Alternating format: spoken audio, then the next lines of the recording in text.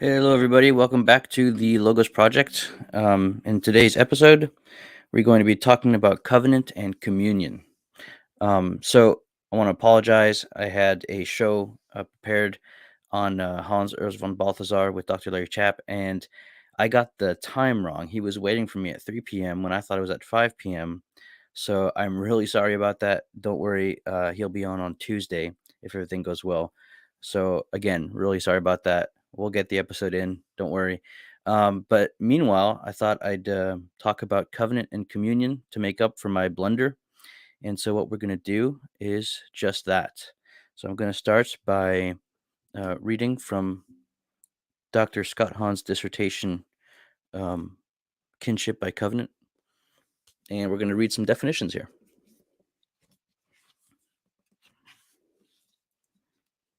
Okay. So, it says here, through the covenant, the family becomes the source of religious unity and social cohesion in ancient Israel. Okay, what does that mean? So, in this episode, I'm going to try to explain as best as I can what the word covenant means. In Hebrew, it's berith. In Greek, I don't know if I remember. I think is it dikaisune? It's probably no, that's not. No, that's righteousness. I can't remember what it is in Greek, but berith in Hebrew. And so a covenant is basically a solemn oath that is sworn between two parties that is enacted, ritualized, and it establishes a kinship tie, right? So between two strangers who now become family. So we're going to talk about how that works out. Hey, Sean, what's up? Mego Vanen. Um, so It says here, those incorporated an individual or a group, right? I said two parties, not two individuals, right? But those incorporated gained fictive kinship and shared the mutual obligations and privileges of real kinsmen. So, covenant logic, you might say, was something that was prevalent, prominent in the ancient Near East, in the ancient Near Eastern world, and it shapes the way that the Old Testament thinks. It shapes the way that the Hebrews and eventually the Jewish people thought about law, family, uh, cultic worship, justice, politics, you name it. So, kinship bonds formed by covenant were ordinarily sealed by an act of oath swearing entailing divine sanctions. Oath and covenant, in which the deity is witness, guarantor. Sorry, let me reread that. Oath and covenant, in which the deity is witness, guarantor, or participant, is also a legal means by which the duties and privileges of kinship may be extended to another individual or group, including aliens, meaning foreigners. Thus, oath and covenant were closely tied to the legal enactment of kinship. So we see here how it's crucial to understand the Old Testament, right? That we understand what the concept of covenant is. So an additional quote here is that covenant forms the root metaphor which integrates the legal, social, and historical traditions within Israel. So this is a massive, massive uh, concept. Its importance is massive. Um, Sean, I am reading from Dr. Scott Hahn's um, dissertation called Kinship by Covenant. This book really changed how I read the Old Testament and the New, obviously. I often tell my friends or people who are willing to listen to me that this book right here was the key to unlocking Scripture for me. Obviously, Scripture contains so many mysteries that you're never going to fully unlock it. But so this book unlocked Scripture for me, and Norris Clark's The One and the Many unlocked St. Thomas for me. So strongly recommend both of those books. Kinship by Covenant. It's got a lot of footnotes. Almost half of the book is footnotes, but it's still digestible and it's wonderful. And the One of the Many is written for undergraduates, but it's heavy stuff as well. But these are challenges that I think people are they'll be up for it. So these two books will change the way you see Scripture and the way you see St. Thomas. As a Catholic, you can't really do better than that. Okay, so having laid down the foundation of what covenant is, in a very broad stroke, we're going to go ahead and talk more about it. I want to show how this concept of covenant really is the necessary lens through which to read sacred scripture and to understand Jesus Christ and eventually the Catholic faith. Now, the direct corollary of covenant is communion, because one enters a covenant for the sake of communion, communion between persons, right? Which is why marriage is described as a covenant. So, to reiterate, a covenant is when two parties come together and make a solemn vow or promise, or the best word I would say is oath, right? And this oath is enacted. Think about it. Let's shake on this, or pinky promise, or there's many examples. And what that does is it ratifies, right, the verbal promise. And what happens is that kinship ties are therefore um, in place now. So you call, for example, the term blood brothers, right? Or yeah, just being brothers when two people make a promise of I have your back or something, right?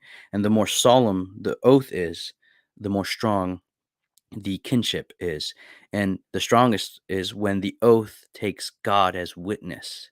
And this is why in court you swear on the Bible to be true to your word, right? To be faithful to your promise. Now, if you see where this is going, then what this means is that what also follows is the concept of blessing and curse. When we talk about covenant, we also talk about blessing and curse. Now, why blessing and curse? Well, let's see what Dr. Hunt's dissertation says here. Okay. It says here, in its basic form, the oath is a conditional self curse, calling upon God to judge in the case of a breached promise or to stand as witness to a person's veracity. What does that mean? That means that if, I'm saying basically, I promise on my mother's grave, or I promise, or I'm going to go to hell, right? I promise, or my pet's going to die an excruciating death, right? It's horrible things, right? Horrible things. But what this means is that I'm adding weight to my word, because if I don't follow through, these horrendous things will happen, right? But it also involves blessing, because when you're faithful to your promise, then your relationship with the other person that you've made the promise to, right? It it engenders trust. And what engenders trust engenders common life, transparency. There's no fear of abuse, but rather a kind of um enjoyment of unveiling oneself, right? So there's a sense in which when you're faithful to a covenant, it brings about a deeper life, right? An enjoyment of life with others. And the highest form of blessing is the same as is the opposite of the highest form of curse. The highest form of curse is death. Can't get worse than that, right? And the highest form of blessing is life. And so that's why, for example, marriage being the archetypal covenant in a certain sense, right? The blessing of a faithful marriage that is spoken in the vows of one's words and in the vow of one's flesh, right? Brings about the blessing of a new life. And so that's why children and grandchildren were seen as blessing for the Jews. As it showed that they were being faithful to the covenant. But barrenness and infertility was seen as a sign of a curse, and it was associated with death. And so you're starting to see all these things come together. Also, by the way, guys, if you want to put any questions in the chat, feel free. That's right, Sean, because the married couples, the spouses, when they pronounce the vows, they're the ones administering the sacraments to each other, right? So that's absolutely correct. Yeah. Okay, so moving on here. So we talked about the curse aspect and the blessing aspect. Well, both elements are frequently conveyed by means of the two constitutive parts of a covenant oath. So, number one, a formal declaration, in Latin, verba solemnia, right? Solemn word, right? And two, a ritual enactment, what we might call an oath sign, right? A shaking on it. It's an oath sign. The verba solemnia are the actual words sworn by the oath taker. Now, in some cases, when the blessing aspect is explicitly verbalized, the curse aspect is explicitly ritualized, or sometimes vice versa. So, a good example of the ritualization of a blessing aspect is a common meal with the person you are now in covenant with, or the party, be it a family, or a people. And so a common meal would be the ritualization of the blessing, right? Uh, and a verbalizing of the curse would be, I promise, or else let all my cattle die this season or something, right? Um, Now, a verbalizing of the blessing might be, I promise, and may our new covenant communion be fruitful until the end of ages or something, right? May you bear many children. And the ritualizing of the curse might be the sacrifice of an animal, right? That death right there is what I will incur if I'm disobedient, right? And so you have both of these instances, and oftentimes the blessing is verbalized and the curse is um, it's ritualized, and this is where you get the sacrificial part. This is one aspect of why animal sacrifice was a big deal, because it actually ratified interpersonal communion in a cultic way with God as witness, right? And so it made the bonds of individuals or parties much stronger because of the kind of supernatural aspect, the religious aspect of God as witness that would keep them faithful, or else this is what happens, right? So the text continues here. The binding force of covenant oaths is divine power that immutably abides.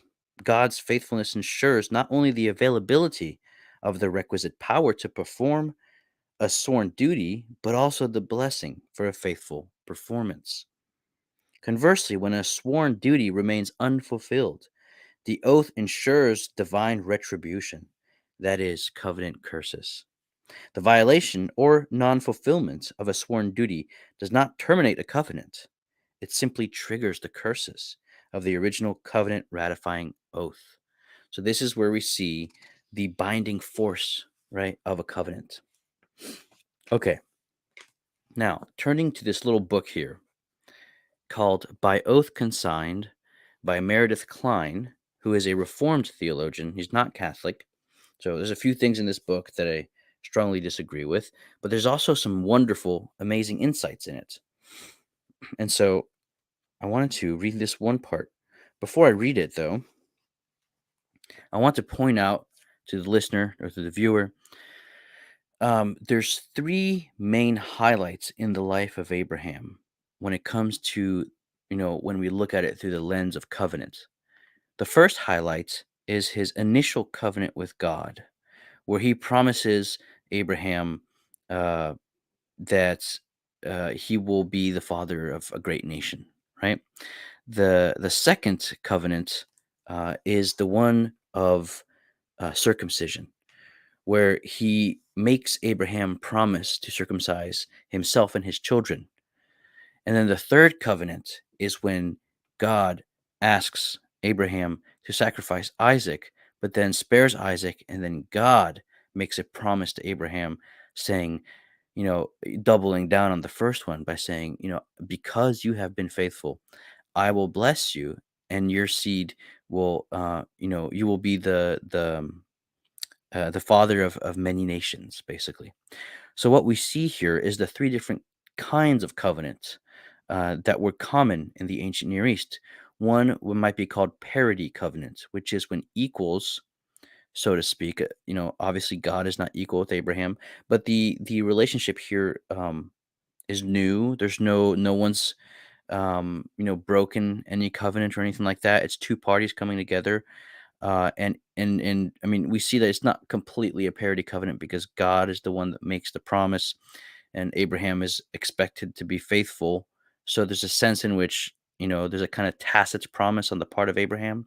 This is the faith of Abraham, and how he journeys in the wilderness on God's bequest.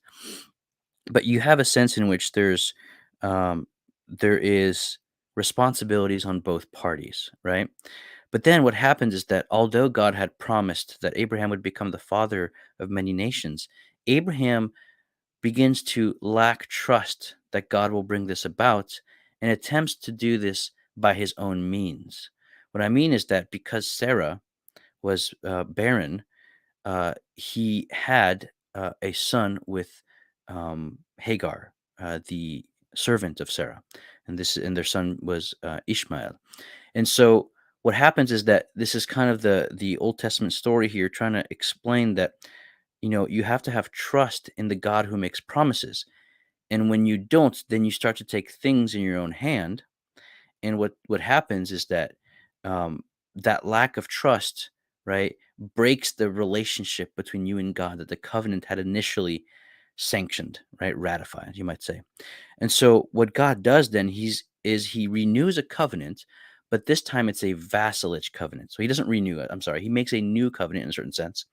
And this time it's a vassalage covenant where the parties are definitely not equal, and especially when it comes to responsibility.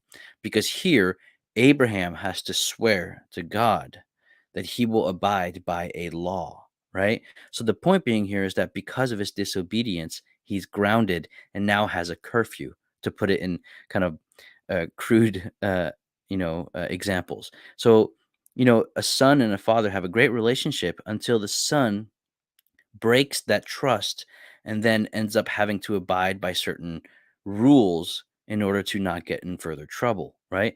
And so circumcision represents the curse that Abraham, is now under because of his lack uh, of faithfulness to the covenant. And so now he's under a law, right? Because he's under a curse in a certain sense. And then when God asks him to sacrifice his only son, there's a sense in which Abraham is faithful to God to the end in complete trust, unlike previously. And because Isaac is the child of the promise, right? Unlike Ishmael, that came about through God's work and not through Abraham's work in a certain sense. Abraham's willingness to basically visit the curse he was under upon himself and his son in a certain sense, right? Because he would not have these nations that God spoke of, because the son of the promise would no longer be. That radical fidelity to and that trust in Yahweh, right? Basically was pleasing to God because he now, uh, how to put it, he showed a type of fidelity that um, prompted how to put it, it prompted the um, reciprocity of God. What I mean by that is that, so we're talking about the third type of covenant, which is the grant covenant. Grant meaning gift, or right. This is when the superior party makes a promise. He does makes a promise, right?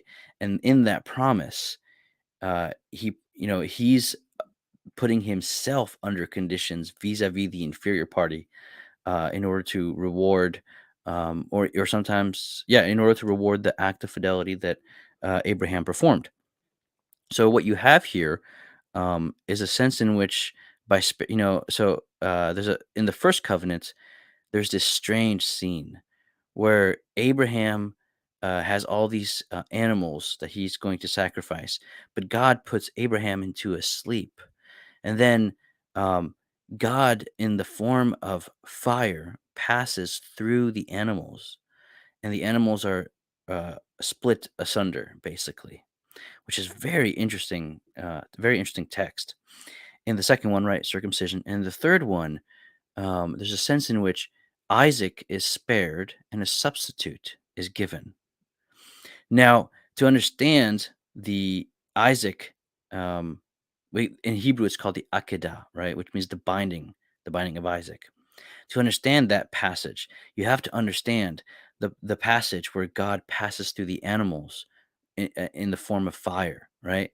So in the first covenant, there's a sense in which God is promising that He will bear the subsequent curse that Abraham calls upon himself through, not trusting God. So here's the passage from Meredith Klein. Quote, "The answer to this dilemma began to unfold in an earlier knife rite, or circumcision, in which Abraham had participated. Genesis 15 tells us of a covenant cutting and a theophany, right, a manifestation of God, which Abraham witnessed amid darkness and horror." That's wow. First of all, that's really powerful language, right? Because there's a certain darkness and horror, a certain sleep. This calls back to Adam when he's put into sleep before Eve is brought about. So there's something here about darkness and life that comes out of it. But anyway, uh, Genesis 15 tells us of a covenant cutting and a theophany which Abraham witnessed amid darkness and horror, the only proper setting for this Old Testament Golgotha. There, in the passage of God, in the divine theophanic symbol of smoking furnace and flaming torch, between the dismembered creatures, the mystery of the abandonment of the Son of God emerged beforehand. For what Abraham witnessed was the strange self malediction of the Lord of the covenant, who would himself undergo the covenant's curse of cutting asunder, rather than fail to lead his servant into the promised fullness of beatitude. Wow, this is amazing. So there's a sense in which here, despite our failings, God finds a solution by taking upon himself the curse of our infidelity in order to bring about a new life for us. So God has put himself under a curse. That's mind-boggling.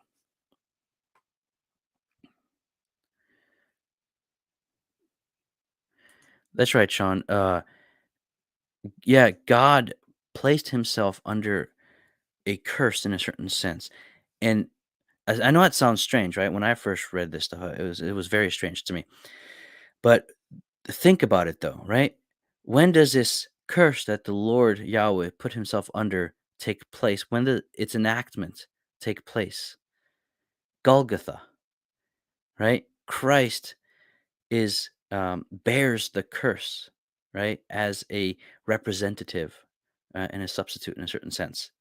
And so yeah, so that's why in this passage, this kind of grisly, um, gruesome and horror passage, what you see is this dramatic event of God giving us life through his death. It's incredible. It's absolutely incredible. And so now we're going to get a little more heady. I'm going to try to condense this because sometimes I have a really hard time understanding it myself. But we're going to get into Joseph Ratzinger's book Eschatology. I'm going to see if I can flip through this appropriately and find the right passages.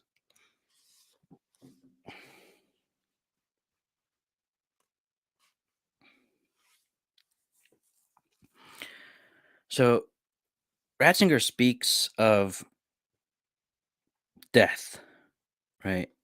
He speaks. So this ties into what I was reading from Klein.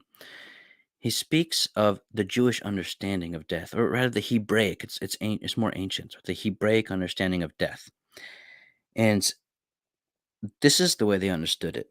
So Ratzinger says the man who dies, right? He is essentially cut off from the land of the living, from dear life, banished into a non-communication zone where life is destroyed precisely because relationship is impossible.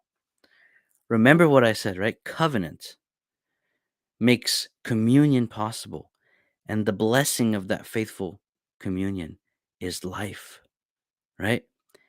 That life is the blessing. And so, what is death? It's non-communication zone. It's where covenant and communion aren't possible, right? And so that's why selfishness and faithlessness lead to death because they make communion impossible, right? And so and this death is it's like a it's simultaneously being and non-being. somehow still existence and yet no longer life. And so it's basically a prison. It's the prison of selfishness, right?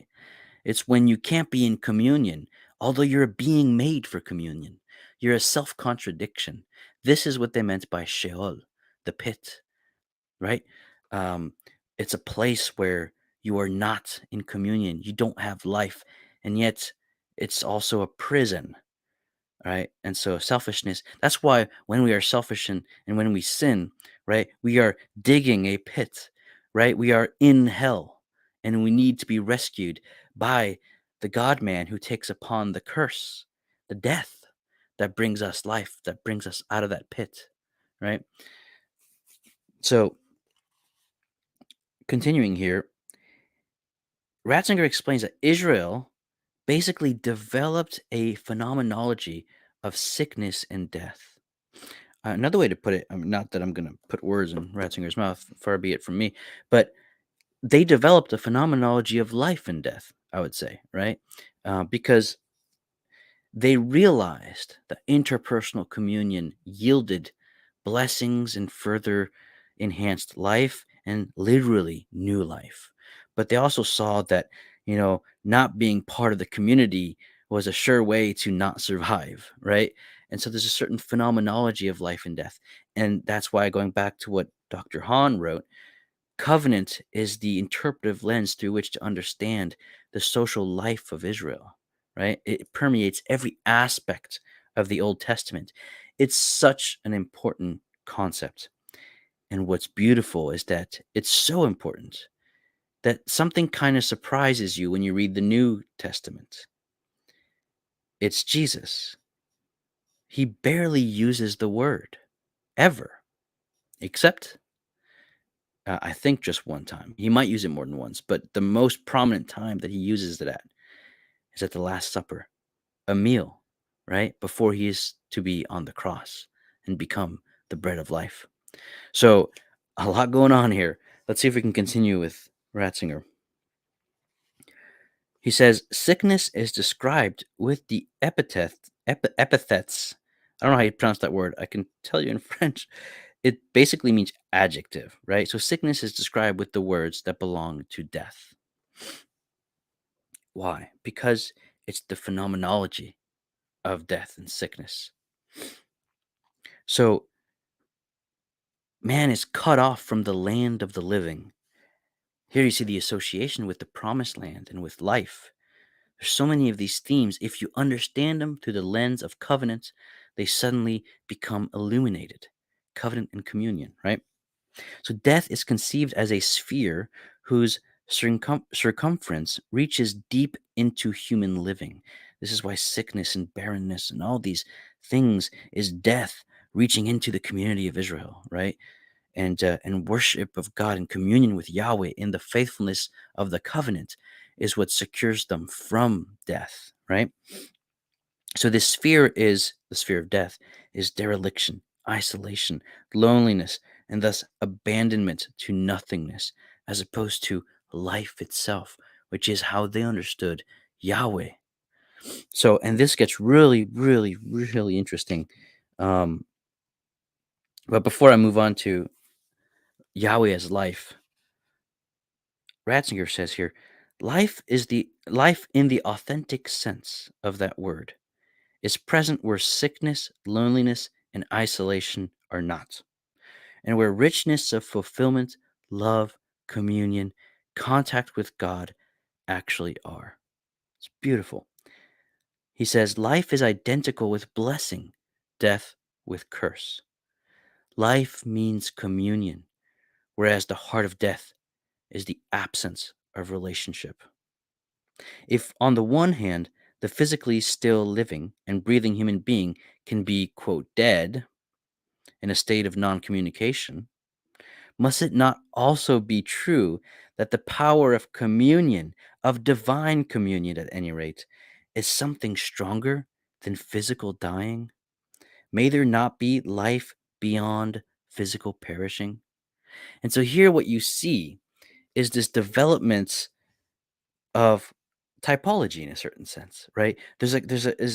Oftentimes, especially I think it was in the 16th century, but especially in modern Protestant scholarship, there's a huge pitting of Hellenism against Judaism. There's a sense in which they're incompatible. The Jews liked the physical, right? But the Greeks thought, the spiritual was good. Plato, right? The world of forms, everything is illusion. This is a false dichotomy that stems straight out of Cartesian philosophy. It's incorrect. There's a much closer compatibility, which is why the church fathers loved Plato, right? Obviously, they Christianized him, but this is why they loved Plato. You see, for the Jews, God is what is really real, right? And God is life abundant. And so to be really real is to be really alive. In other words, to be in communion with God. So anything that lacks that communion is not as real. It's shadow, it's death, right? And so all of so it's not the physical versus the spiritual, but it's communion versus isolation. And you can have isolation in the physical, right? And communion after death, after the physical. And so what you have here is a kind of interesting congruence with certain strands of Platonic philosophy where they're really real, right? The physical points to it.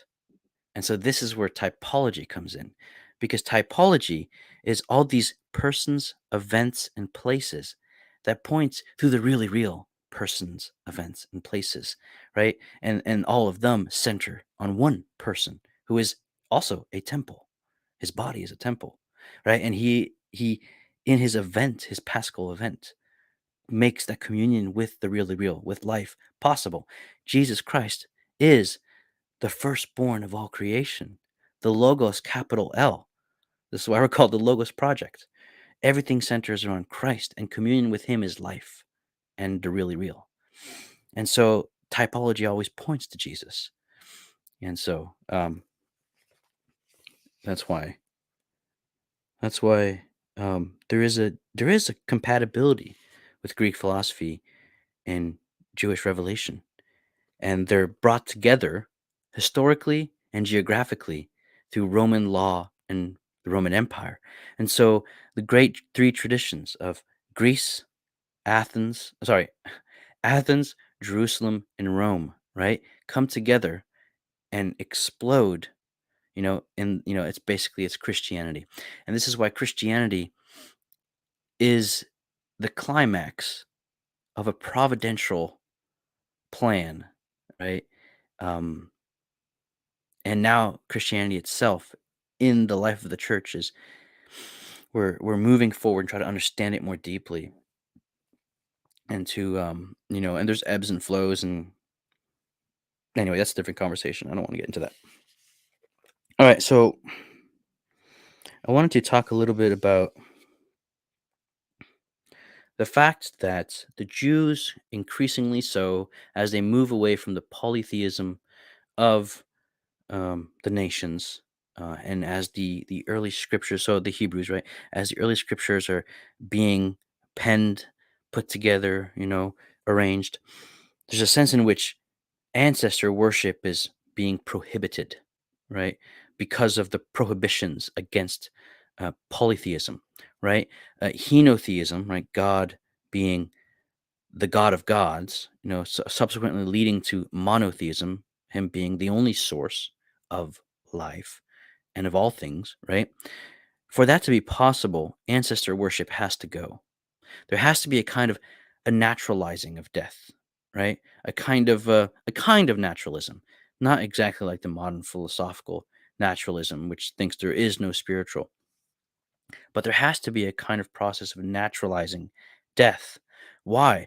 Because it needs to be realized by a Jewish people who lived amidst a polytheistic and ancestor worship culture that no, God is the only source of life. And only then can we fully understand his effect on the dead in light of the concept of communion. So, this is where Ratzinger says a certain demythologizing of death was needful before Israel could bring out the special way in which Yahweh was himself life for the dead. And so now in the Christian vision, we have the communion of the saints, right? Where light, Yahweh being life for the dead has now raised them to be in communion with him, to be his children, right? To take the place, to take a place, of the angels in a certain sense, the sons of God, right? And through the incarnation, God became man so that we might become God by grace, not by nature, right? We aren't God, capital G. We aren't existence itself, right? But we are permeated and transformed in light of the incarnation, by the incarnation. And we are divinized, glorified, spiritualized without ceasing to be human and having bodies. So this is the beauty of the resurrection. So So Ratzinger basically says this is why, you know, these claims of Yahweh being the only source of life, right, require the elimination of the cult of the dead and the ideas of immortality, which that cult enshrined. So in the beginning of the Old Testament, immortality is not a thing. It develops, so that's for sure. Yet at the same time, Ratzinger continues, and inevitably so, the same concept of God made it possible for such this worldliness made it impossible for such this worldliness to have the last word. So that explains the trajectory of the Old Testament in this kind of naturalistic view of death that becomes a resurrection view of eternal life, right? All right.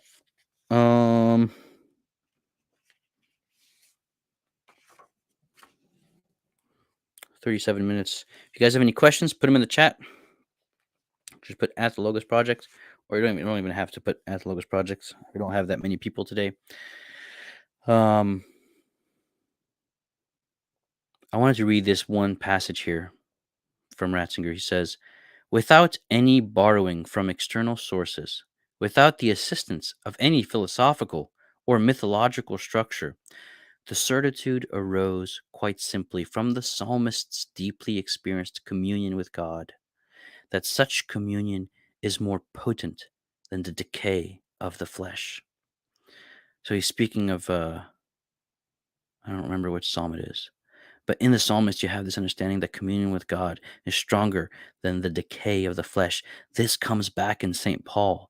It's all over the letter to the Romans and to the Corinthians, the first letter to the Corinthians. So,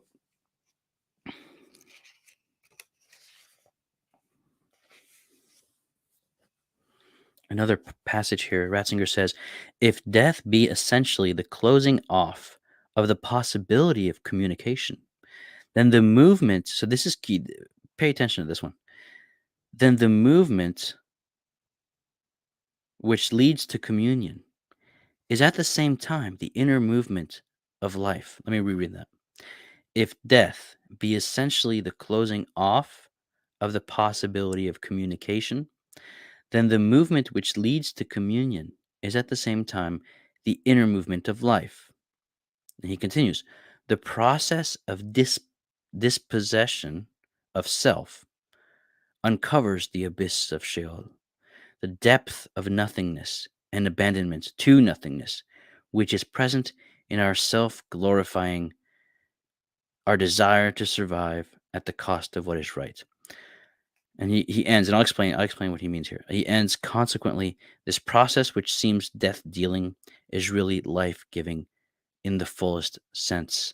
So what he's talking about here, um, if I got the context right, is martyrdom. He's talking about being faithful to truth unto death actually leads to life. I'll explain. Because death is essentially the closing off of communication or of communion with sorry, I'm actually having a hard time understand myself. Wait, if death be essentially the closing off of the possibility of communication. Okay, so he's saying if death is no longer communication, the movement which leads to communion is the inner movement of life. So you might have an instance in which actual physical death, you might say, um, brings about the lack of communication.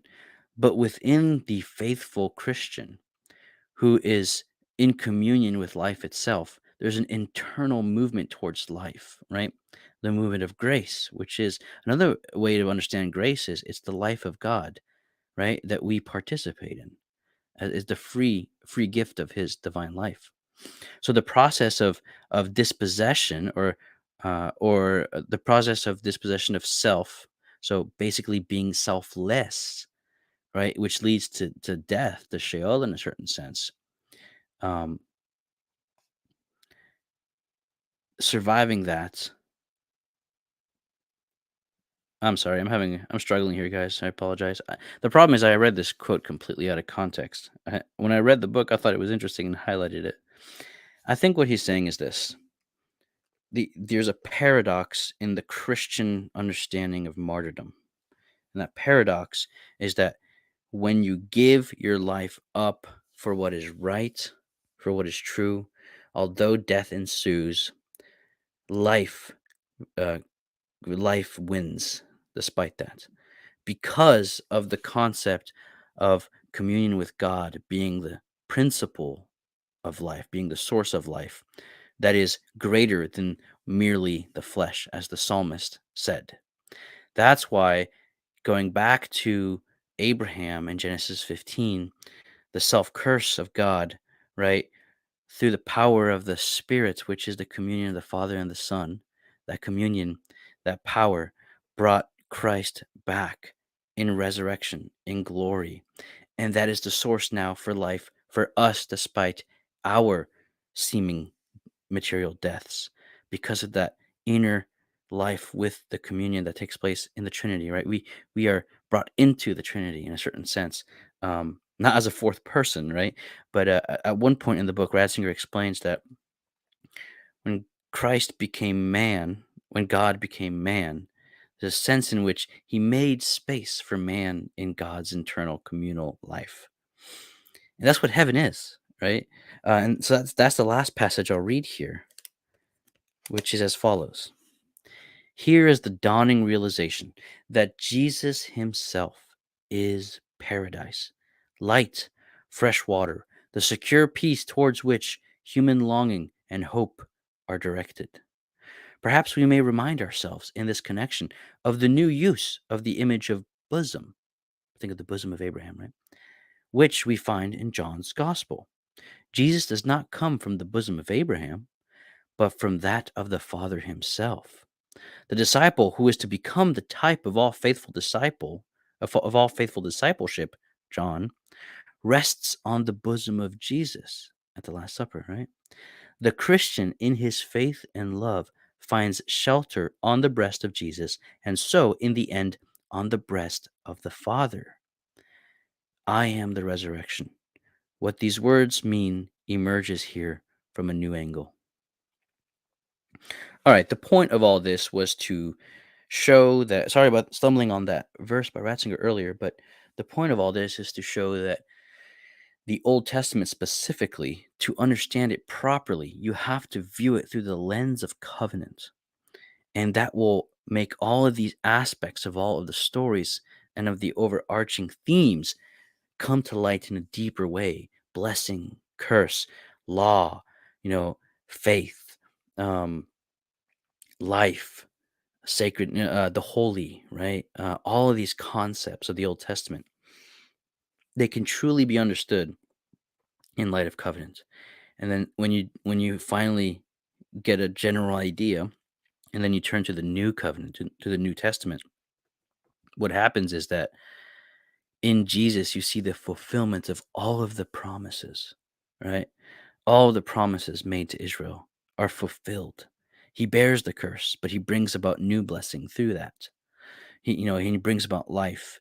And then we understand that the Christian understanding vision that we live is one of a communal covenant family that is animated by the life of the Spirit. And the sacraments are solemn vows, promises, right, that affect blessing, grace, right? So sacramentum in Latin means oath. The sacraments are words made flesh that bring about life. right? And so this is why, the definition of a visible sign that confers invisible grace is concomitant with this understanding of a sacrament as a solemn promise that is made flesh that brings about life in the covenant community that the church is. That is what it means to be Catholic. This is why um, a sacramental understanding of the world is the key um, to maintaining a sense of wonder vis-a-vis like the expansiveness and intricacy of the world that we can never fully like fit into our heads. But it's also the word made flesh. It comes and encounters us in a very intimate and real way here and now.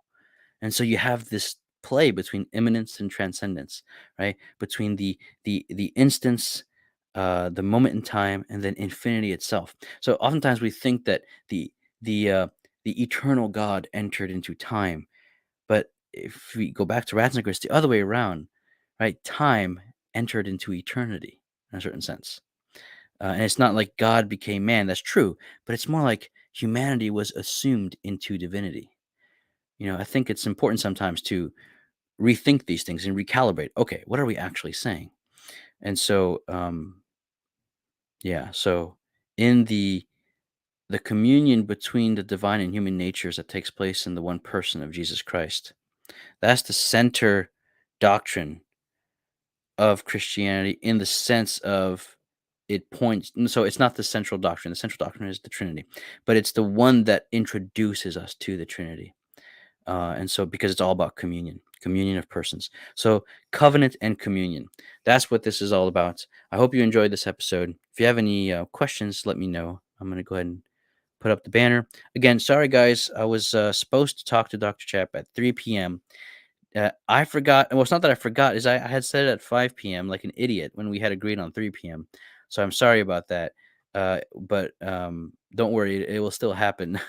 But thanks for tuning in. Support us at patreon.com/the Logos Project. You can like, subscribe, hit the notification bell, leave a comment. I really, really do appreciate all the support. It's not possible without you guys. So thank you so much. And without further ado, we'll see you guys next time.